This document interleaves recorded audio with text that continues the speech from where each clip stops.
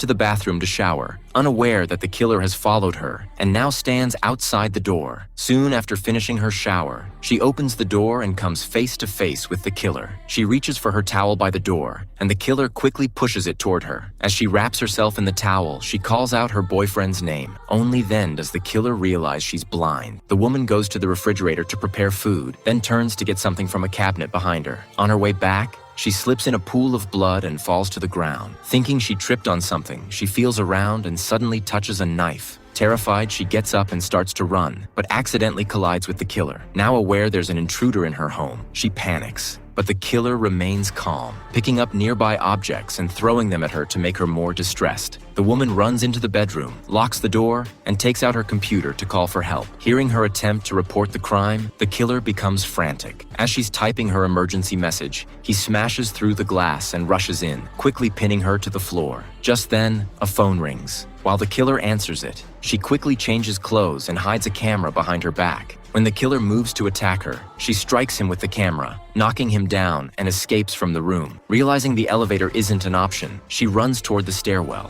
The killer follows, tracking her by the sound of her footsteps. A desperate chase ensues in the stairwell, but she manages to hide in a corner, using her familiarity with the building to her advantage. Suddenly hearing the voice of a building manager, she quickly explains her situation and begs for help. Just as the manager is about to call the police, the killer appears and silences him. Hearing the commotion, the woman flees again, running through the emergency exit and out of the basement, screaming for help as she goes, with the killer close behind. She reaches the street and tries to get help from passers-by, but no one responds. Finally, she encounters a couple who, after hearing her story, prepare to call the police. Just then, a man appears, claiming to be a police officer and showing identification. Seeing this, the killer hides. The couple leaves after the officer explains the situation. The officer immediately calls for backup on his phone and escorts the woman back to the building entrance. But as they enter, she senses something is wrong. There are no other police around. The old man ignores her concerns and presses the elevator button. Suddenly, the killer appears from behind them. The horrible truth becomes clear. The old man and the killer are working together.